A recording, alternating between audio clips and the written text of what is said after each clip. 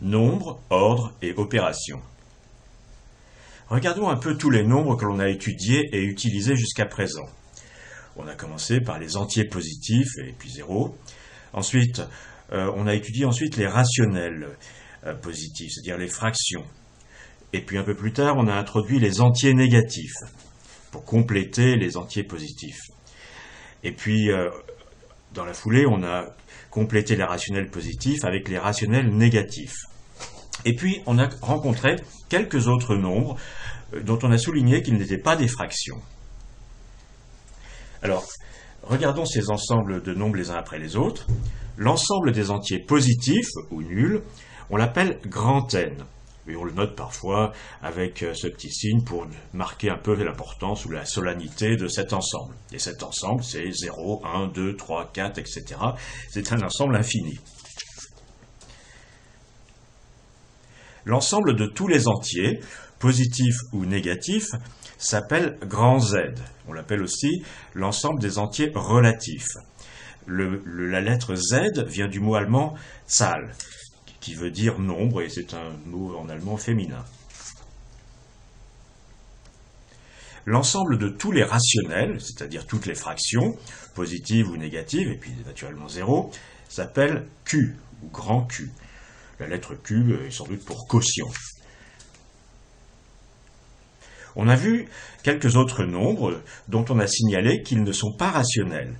C'est le cas du nombre pi, qui est le rapport de la circonférence d'un cercle divisé par son diamètre, et il a un développement décimal infini qui commence comme ceci, 3,14, 15, 9, 2, 6, etc. Un autre, c'est racine de 2, qui est égal à 1,414, etc. Quand les Grecs de Pythagore vers le 6e siècle avant Jésus-Christ ont compris que racine de 2 ne pouvait pas être une fraction, et on verra pourquoi dans quelques temps, en 3e ou en seconde, eh bien ils ont été très impressionnés. Bon, ce n'est pas une fraction, et puis c'est pas bien grave. Alors ces autres nombres, on les appelle tout simplement les irrationnels. Et il y en a beaucoup. Il y en a beaucoup, même si nous, on ne va pas beaucoup les utiliser. En fait, ils ne servent pas dans la vie pratique, mais ils sont importants en mathématiques parce que la diagonale d'un carré, ça a une longueur, c'est racine de 2 fois le côté du carré. Même si on peut travailler naturellement avec des approximations comme 1,414, pour un certain nombre de calculs, c'est mieux de d'écrire simplement racine de 2. Donc il y en a beaucoup, et ces irrationnels, on a vu une caractéristique, ou si on préfère une caractéristique des rationnels. Dans un irrationnel, le développement décimal, quand on le continue, aussi loin qu'on veut, eh bien, il n'y a pas de répétition de paquets ou de boucles de chiffres. Alors qu'à l'inverse, une fraction, c'est soit ce qu'on appelle un nombre décimal, c'est-à-dire que les décimales s'arrêtent à un moment donné, soit il y a un nombre infini de décimales, mais il y a une boucle. On a vu ça dans une leçon précédente. Si vous avez des doutes, le mieux c'est d'y retourner. Alors l'ensemble des rationnels plus les irrationnels, on l'appelle grand R. On l'appelle aussi l'ensemble des nombres réels. Un nombre réel, par exemple racine de 2, peut toujours être approché par des rationnels aussi près qu'on veut. C'est une évidence, dans la mesure où un nombre réel, il a un développement décimal, et un développement décimal qui s'arrête à un moment donné, c'est une bonne approximation du développement décimal complet, infini. Alors, utilisons le symbole comme ceci, qui s'appelle inclus, et qui veut dire est inclus dans, c'est-à-dire que ce qu'on va mettre l'ensemble à gauche, on va signaler qu'il est inclus dans l'ensemble à droite. Eh bien, on a cette série d'inclusions naturelles. L'ensemble des entiers positifs, grand N, il est inclus dans l'ensemble des entiers relatifs, puisque tout simplement ici on complète avec les entiers à gauche de l'origine.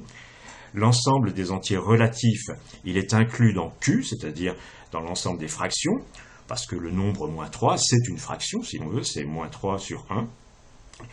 Mais les fractions, c'est un ensemble plus vaste que l'ensemble des relatifs, parce que 7/5, ça n'est pas un nombre relatif.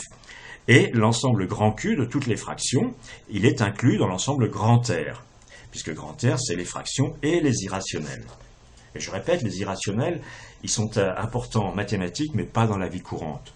puisqu'on travaille toujours avec des approximations, y compris nos calculettes qui donnent une dizaine de décimales, mais jamais un développement infini de décimales, évidemment. Alors tous ces nombres, ils correspondent à des positions sur la droite que l'on a fréquemment utilisée pour représenter tout d'abord nos nombres entiers. Donc on a tous les nombres entiers, positifs, 0, négatifs, comme ceci. On a aussi tous les rationnels, par exemple, c'est la position du rationnel moins 3/2. Ça, c'est la position du rationnel 11 cinquième, qu'on note aussi 2,2. Ça, c'est la position de l'irrationnel racine de 2, 1,414, etc. Ça, c'est la position de l'irrationnel pi. Donc, tous ces nombres, ils sont bien rangés en quelque sorte. L'ensemble des nombres réels est dit ordonné. Qu'est-ce que ça veut dire? Une évidence, ça veut dire que si deux nombres sont différents, ils peuvent toujours être comparés. Il y en a un qui est soit plus petit que l'autre, soit plus grand que l'autre. Notez que ce n'est pas le cas, par exemple, pour les points dans le plan. On n'a pas de notion de point supérieur à un autre dans le plan. On pourrait, mais on ne le fait pas. Et de toute façon, on ne pourrait pas créer un ordre dans le plan. Mais sur la droite, c'est-à-dire, ça revient même que de dire si dans l'ensemble des nombres réels, il y a un ordre parfaitement clair. Il y a une dernière propriété plus ou moins évidente, qui mérite d'être soulignée néanmoins. Si on a deux nombres positifs quelconques, des fractions, des irrationnels, n'importe quoi, et qui sont différents, avec A plus petit que B, eh bien, en multipliant suffisamment A, on peut dépasser B. C'est-à-dire qu'à partir d'un certain multiple de A, n de A est supérieur à B. Il y a des notations cabalistiques mathématiques pour dire il existe un n tel que, après ce n, tous les multiples de A sont supérieurs à B, mais ça ne nous concerne pas.